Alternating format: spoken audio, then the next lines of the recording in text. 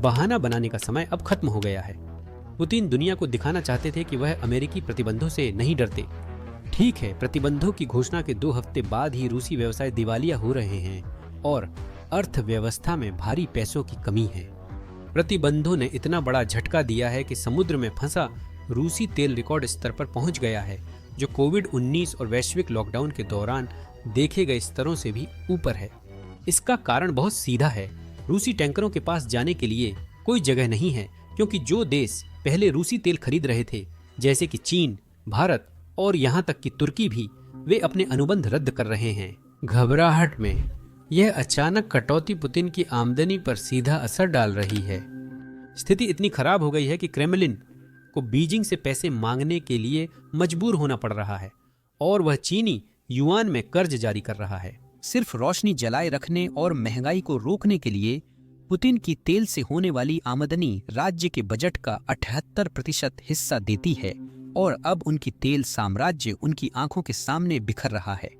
इस सर्दी रूस सिर्फ यूक्रेन से ही नहीं लड़ेगा, बल्कि उसे पैसों की कमी से भी लड़ना पड़ेगा। तो चलिए शुरुआत से शुरू करते हैं।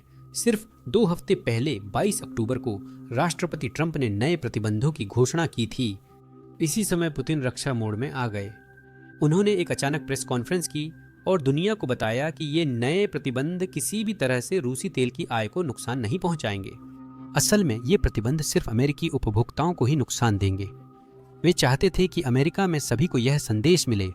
इसी वजह से प्रतिबंधों की घोषणा के सिर्फ 2 दिन बाद उन्होंने अपने दूसरे नंबर के आदमी टायरिल दिमित्रोव को संयुक्त राज्य अमेरिका भेजा, जो जहां भी गए वही संदेश दोहराते रहे। सुनिए। रूस का मानना है कि यह राष्ट्रीय हित का मामला है।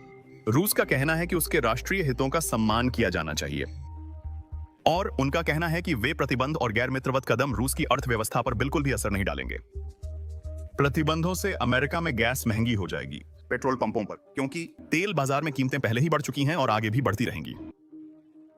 तो बाइडेन के रुख, बाइडेन की झूठी कहानियां जो वे ट्रंप प्रशासन पर थोपने की कोशिश कर रहे हैं, हमने देखा है वे कभी काम नहीं आई। और हम अपने अमेरिकी साथियों से लगातार कहते रहेंगे कि आप बाइडेन नहीं बन सकते, आप बाइडेन और उनके प्रशासन के झूठे, पूरी तरह से गलत तरीकों का अनुसरण नहीं कर सकते।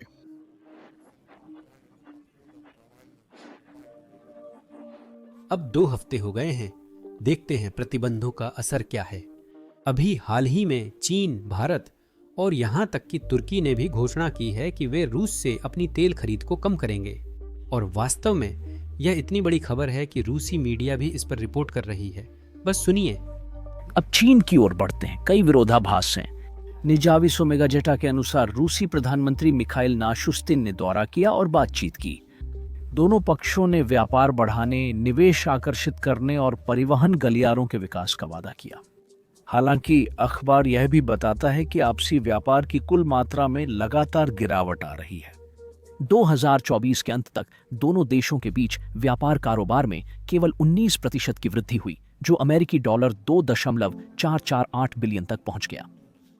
इस साल की पहली 3 तिमाहियों के बाद यह सूचकांक वार्षिक आधार पर 94% घट गया, जो अमेरिकी डॉलर 1636 बिलियन रहा।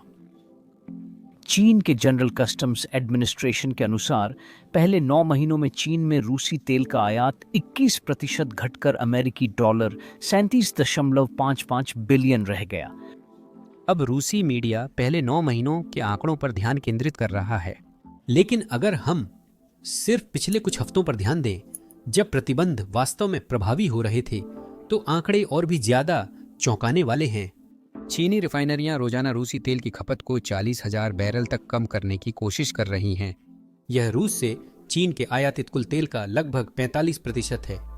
हमने पहले ही चीनी सरकारी कंपनियों जैसे सिनोपेक और पेट्रो चाइना को देखा है, जिन्होंने जल्दीबाजी में अपने ऑर्डर या उनके कुछ हिस्से रद्द कर दिए हैं। इससे रूसी टैंकरों के लिए समस्या खड़ी हो रही है, जिस पर हम बात करेंगे। लेकिन सिर्फ सरकारी कंपनियां ही नहीं हैं जो कॉन्ट्रैक्ट रद्द कर रही हैं। यहां तक कि निजी चीनी रिफाइनरियां, जो आमतौर पर थोड़ी ज्यादा जोखिम सहन कर सकती हैं, अब संभावित द्वितीयक प्रतिबंधों से बचने के लिए रूसी कच्चे तेल से दूरी बना रही हैं।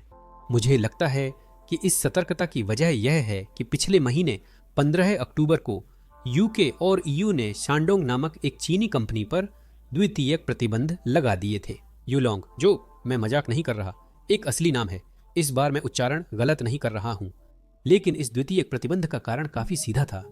यह रिफाइनरी रूस की प्रतिबंधित कंपनियों से तेल खरीद रही थी, इसलिए उन्हें सजा मिली। यहीं पर रूसी कंपनियों पर प्रतिबंधों का असली असर सामने आता है। ऐसा इसलिए है क्योंकि अब दूसरे देशों की कंपनियां भी सेकेंडरी प्रतिबंधों के डर से डरी हुई हैं। अगर वे इन दो कंपनियों से लेन देन करते पकड़ी जाती हैं जिन पर ट्रंप ने प्रतिबंध लगाए हैं, तो हम देख रहे हैं कि इसका व्यापक असर हर जगह हो रहा है, क्योंकि सिर्फ चीनी रिफाइनरियां ही इसकी चिंता नहीं कर रही हैं। हमने पहले ही भारतीय निजी और सरकारी रिफाइनरियों की खरीदारी में कमी की खबर कवर की है, और वही चीज अब तुर्की में भी हो रही है। बहुत से लोग भूल जाते हैं कि चीन और भारत के बाद तुर्की रूसी कच्चे तेल और तेल उत्पादों का तीसरा सबसे बड़ा खरीदार है। अब लगता है तुर्की उस सूची में नहीं रहना चाहता, क्योंकि हाल ही में तुर्की की रिफाइनरियों ने कहा है कि वे भी वही करेंगी जो चीन और भारत कर रहे हैं। अब मैं कुछ दिलचस्प साझा करना चाहता हूं, क्योंकि चीन और भारत बहुत सा रूसी तेल लेकर उसे अपने घरेलू बाजार में ही इस्तेमाल कर रहे हैं। तुर्की बस तेल ले रहा था और उसे वापस यूरोप को बेच रहा था। वे इस पूरे ऑपरेशन में बिचौलिया थे, जहां तेल और कभी कभी रिफाइंड उत्पाद भी आते थे। वे यूरोपीय देशों को भेजे जा रहे थे और तुर्की मुनाफा कमा रहा था। लेकिन वही तुर्की कंपनियां जो यह कर रही थीं, वे भी मध्य पूर्व से तेल ले रही थीं, उसे रिफाइन कर रही थीं और यूरोप को बेच रही थीं। स्पष्ट है कि तुर्की के लिए यूरोप बड़ा बाजार है। वे नहीं चाहते कि वे रूसी तेल बेचते पकड़े जाएं और द्वितीयक प्रतिबंध झेलें, क्योंकि इससे वे यूरोप को कुछ नहीं बेच पाएंगे। और यही वजह है कि अब वे उस रूसी आपूर्ति से हट रहे हैं। अब यह हर किसी के लिए बहुत अच्छी खबर है, सिवाय व्लादिमीर पुतिन के। असल में पुतिन के लिए यह खबर हर दिन और भी बुरी होती जा रही है। ऐसा इसलिए है क्योंकि देखिए, प्रतिबंधों की घोषणा से पहले ही बहुत सारा रूसी तेल रूस के बंदरगाहों से भेजा जा चुका था और वह चीन, भारत और तुर्की जैसे देशों की ओर जा रहा था। जैसे ही प्रतिबंध घोषित हुए, इन देशों ने अनुबंध रद्द कर दिए, बिल्कुल आखिरी समय में, जिसका मतलब है कि ये सारे रूसी टैंकर अब समुद्र में फंसे हुए हैं। दरअसल अपनी स्क्रीन पर इस चार्ट को देखिए। रूसी तेल की मात्रा जो अब बिना किसी गंतव्य के समुद्र में तैर रही है, वह अब 2020 से भी ज्यादा है, जब कोविड लॉकडाउन ने पूरी विश्व अर्थव्यवस्था को बंद कर दिया था। और ये वो रिकॉर्ड संख्या नहीं है जिसे पुतिन देखना चाहते थे। जब पुतिन ने घोषणा की थी कि रूस इन प्रतिबंधों से प्रभावित नहीं होगा, तो उन्हें उम्मीद थी कि तेल की कीमतें रिकॉर्ड ऊंचाई पर पहुंच जाएंगी और पश्चिमी कंपनियां इन प्रतिबंधों को छोड़ देंगी। जैसा हम जानते हैं, सत्ता में चाहे रिपब्लिकन हो या डेमोक्रेट, फर्क नहीं पड़ता। यही बात यूके और यूरोप में भी लागू है। किसी को भी तेल की ऊंची कीमतें पसंद नहीं हैं, और यही पुतिन की उम्मीद थी, लेकिन ऐसा हो नहीं रहा है। ऐसा इसलिए नहीं हो रहा है क्योंकि चीन, भारत और तुर्की की तरह यहाँ तक कि मध्य पूर्व के रूसी सहयोगी भी रूस की बदकिस्मती का फायदा उठा रहे हैं। ओपेक देशों ने अभी घोषणा की है, और खास तौर पर सऊदी अरब ने घोषणा की है कि वे अपनी तेल उत्पादन क्षमता को रोजाना 10,000 बैरल से भी ज्यादा बढ़ाएंगे। इस बढ़ोतरी का उद्देश्य रूस की पूर्व बाजार हिस्सेदारी छीनना है। यही वजह है कि भले ही हम रूसी तेल पर प्रतिबंध लगा रहे हैं और उसे बाजार से हटा रहे हैं, लेकिन कीमतें उतनी ज्यादा नहीं बढ़ रही हैं। प्रतिबंधों के बाद तेल $62 प्रति बैरल हुआ। जब मैं ये रिकॉर्ड कर रहा हूं, तेल पहले ही गिरकर $60 प्रति बैरल पर ट्रेड हो रहा है। तो भले ही ये एक बढ़ोतरी है, लेकिन ये ऐसी बढ़ोतरी नहीं है जो अमेरिकी नेताओं पर नीति बदलने का दबाव डालेगी। पुतिन को 2022 जैसे हालात की उम्मीद थी, जब प्रतिबंध लगे थे। उस समय तेल की कीमतें $120 पहुंची। पुतिन को अपनी अर्थव्यवस्था बचाने के लिए तेल की कीमत $100 प्रति बैरल चाहिए थी। अब प्रतिबंधों का असर दिख रहा है और रूसी अर्थव्यवस्था गिर रही है। रूस के अंदर हालात इतने खराब हैं कि रूसी व्यवसायों को सिर्फ जिंदा रहने के लिए अपनी संपत्तियां बेचनी पड़ रही हैं, और यह हर जगह हो रहा है। जिन कंपनियों पर प्रतिबंध लगे हैं वे इसका सामना कर रही हैं, लेकिन जिन कंपनियों पर प्रतिबंध नहीं लगे हैं वे भी इससे गुजर रही हैं। आइए इसे देखें। 2 कंपनियों से शुरू करते हैं जिन पर अमेरिकी प्रतिबंध लगे थे। Luke oil. इनमें ल्यूक ऑयल रूस की सबसे बड़ी निजी तेल कंपनी है और उनके पास विदेशों में भी काफी बड़ा साम्राज्य है। लेकिन अब वह साम्राज्य बिखर रहा है। यह सबसे मजेदार कहानियों में से एक है जो मैंने सुनी है। ल्यूक ऑयल के पास इराक में तेल क्षेत्र का 75% और इराकी कंपनी के पास 25% हिस्सा है। अब वह इराकी कंपनी जो अल्पसंख्यक मालिक है, ल्यूक ऑयल को रूस में तेल भेजने से इनकार कर रही है क्योंकि उन्हें द्वितीयक प्रतिबंधों की चिंता है। ल्यूक ऑयल, जिसके पास 75% हिस्सा है, अब अपनी ही तेल नहीं ले सकता। और लोग कह रहे थे कि अमेरिकी प्रतिबंधों की अब कोई ताकत नहीं रही। लेकिन समस्याएं यहीं खत्म नहीं होती। स्विट्जरलैंड स्थित ल्यूक ऑयल की ट्रेडिंग शाखा में भी यही हो रहा है, जो पहले ग्राहकों को तेल भेजती थी और दूसरों से तेल खरीदती थी। सही है। अब वे तेल खरीदने या भेजने के लिए जहाज किराए पर नहीं ले सकते क्योंकि शिपिंग कंपनियां ल्यूक ऑयल से जुड़ी कंपनियों के साथ काम करने से मना कर रही हैं। यही फिनलैंड में भी हो रहा है, जहां ल्यूक ऑयल की पूरे देश में गैस स्टेशनों की बड़ी श्रृंखला थी। अब बैंक उन गैस स्टेशनों को सेवा देने से इनकार कर रहे हैं, इसलिए ल्यूक ऑयल के गैस स्टेशन अपने स्थानों पर मौजूद गैस को वास्तव में बेच नहीं सकते। इसका मतलब यह है कि उनका साम्राज्य, जो यूरोप, एशिया और यहाँ तक कि मिडिल ईस्ट तक फैला हुआ था, अब बिखर रहा है। उन्हें इसे बेचना होगा। प्रतिबंधों के तहत उनके पास सारी संपत्ति बेचने और निवेश हटाने को 1 महीना है। लेकिन समस्या यह है कि इन कंपनियों की कीमत हर दिन गिर रही है क्योंकि ये बिखर रही हैं। लेकिन प्रतिबंध का असर सिर्फ लक्षित कंपनियों तक सीमित नहीं है। रूसी अर्थव्यवस्था पर असर पड़ रहा है और इसका मतलब है कि रूसी खुदरा विक्रेताओं को वह आमदनी नहीं हो रही है जिसकी उन्हें आदत थी, और इसका मतलब है कि उन्हें अपना कर्ज चुकाने या खर्चे पूरे करने के लिए अपनी संपत्तियां भी बेचनी पड़ रही हैं। यह इन व्यवसायों के लिए गिरावट की स्थिति है। रूसी अर्थव्यवस्था धीमी होने से आमदनी घट रही है, जिससे लोगों को गुजारा करने के लिए चीजें बेचनी पड़ रही हैं। सौभाग्य से यह सिर्फ रूसी व्यवसायों तक सीमित नहीं, रूसी सरकार भी संघर्ष कर रही है। जैसा कि आप लोग पहले से जानते होंगे, क्रेमलिन के बजट का 78% हिस्सा तेल के मुनाफे से आता है, और अब जब प्रतिबंधों ने उस तेल राजस्व पर असर डालना शुरू कर दिया है, तो बजट को वाकई में बहुत बड़ी समस्याओं का सामना करना पड़ रहा है।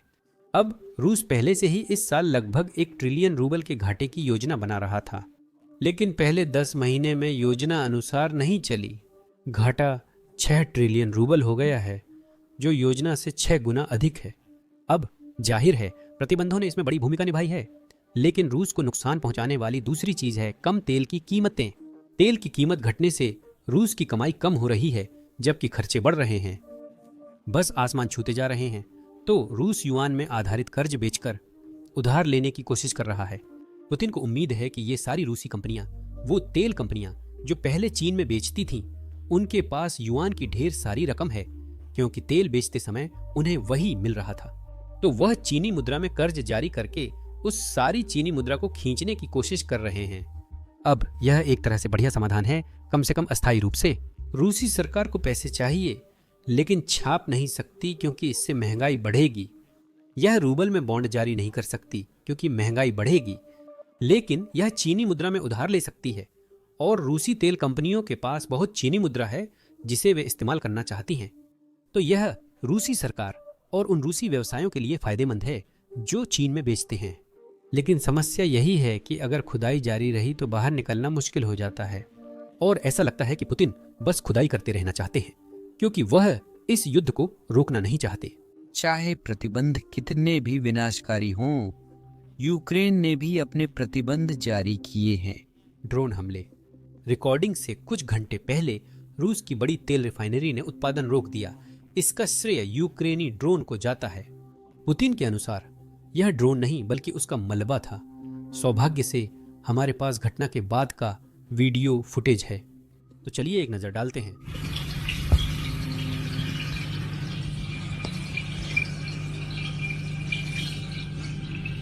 अब अगर आप उन लोगों में से हैं जिन्हें दुनिया भर की खबरें जानना पसंद है, और मुझे लगता है कि आप ऐसे ही हैं, चूंकि आप अभी भी इस वीडियो को देख रहे हैं, तो आपको जरूर हमारा सबस्टैक देखना चाहिए। वहां आप खबरें जल्दी पा सकते हैं क्योंकि लिखना, रिकॉर्ड और एडिट करने से तेज है। अगर आप सबस्टैक यूज करते हैं तो हमारी पेज फॉलो करें ताकि खबरों से अपडेट रहें। यह डिस्क्रिप्शन में पहला लिंक है, और बस इतना ही मेरे पास आप लोगों के लिए है। मेरा नाम सैम है और मैं आप लोगों से अगली बार मिलूंगा।